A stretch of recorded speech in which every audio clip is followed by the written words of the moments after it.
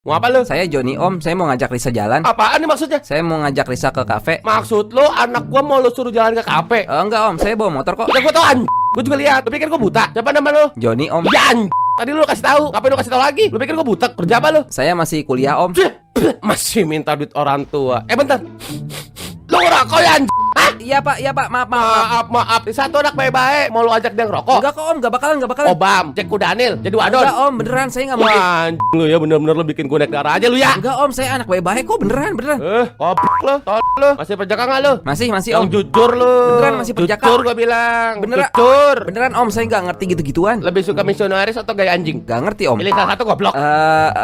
Misionari Om. Kata lo gak ngerti gitu-gituan Dengar, anak gua mesti pulang di bawah jam 8 malam. Lewat dari itu, gua bakal pecahin pala lo, biji bapak lo, gua bom rumah lo. Ngerti? Ngerti Om, ngerti. Ngerti nggak? Ngerti Om, ngerti.